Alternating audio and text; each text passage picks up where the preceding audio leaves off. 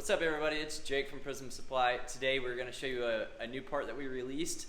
It is a snap throttle conversion kit for Linkert Carburetor. So originally the throttles that came on knuckleheads, panheads were a push-pull type throttle. So the cable actually pushed and pulled the butterfly. This is snap throttle, so it automatically snaps backwards instead of a push-pull like a stock style. It's made of all stainless steel.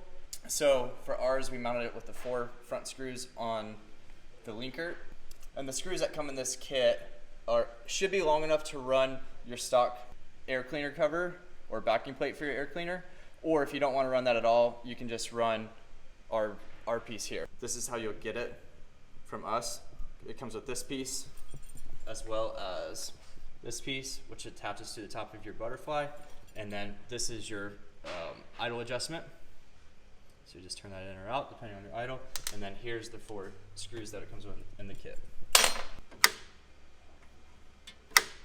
So this is standard diameter for most standard throttle cables.